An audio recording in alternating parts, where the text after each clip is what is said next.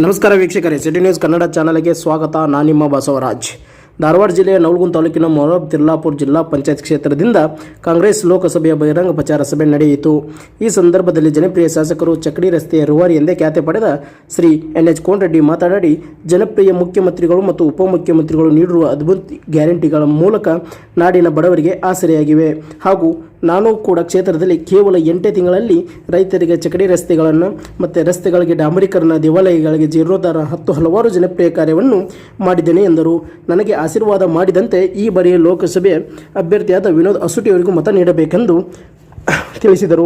ಸಚಿವರಾದ ಸಂತೋಷ್ ಲಾಡ್ ಮಾತನಾಡಿ, ಬಿಜೆಪಿ ಸರ್ಕಾರ ಆಡಳಿತಕ್ಕೆ ಬರುವ ಮುನ್ನ ಯುವಕರಿಗೆ ವರ್ಷ 2 ಕೋಟಿ ಉದ್ಯೋಗ, ರೈತರಿಗೆ ಸಾಲ ಮನ್ನಾ, ಪ್ರತಿಯೊಬ್ಬರ ಅಕೌಂಟಿಗೂ 15 ಲಕ್ಷ ಕಪ್ಪು ಹಣ ತಂದು ಹಾಕುವುದಾಗಿ ಹೇಳಿದ್ದರು. ಮತದಾರ ಪ್ರಭುಗಳಿಗೆ ನೀಡಿದಂಥ ಆಶ್ವಾಸನೆ ಈಗ ಈಡೇರಿಸಿಲ್ಲ. ಕರ್ನಾಟಕ ಕಟ್ಟಿದಂತಹ ತೆರಿಗೆ ಹಣದ ಪಾಲನ್ನು ಸಹ ಕೊಡದೆ ಕರ್ನಾಟಕಕ್ಕೆ ಮೋಸ ಮಾಡಿದೆ ಎಂದು ದೂರಿದರು. ಬರಗಾಲದಂತಹ ಪರಿಸ್ಥಿತಿಯಲ್ಲಿಯೂ ಸಹ ಜನರ ಜೀವನ ಜೊತೆ ಆಟವಾಡುತ್ತದೆ ಎಂದು ಹೇಳಿದರು. ಈ ಒಂದು ಸಂದರ್ಭದಲ್ಲಿ ಕಾಂಗ್ರೆಸ್ ಪಕ್ಷದ ಅಭ್ಯರ್ಥಿಯಾದ ವಿನೋದ್ ಅಸೂಟಿ ಮಾತನಾಡಿ, ದಯವಿಟ್ಟು ಈ ಬಾರಿ ಆಶೀರ್ವದಿಸಬೇಕೆಂದು ಕೇಳಿಕೊಂಡರು.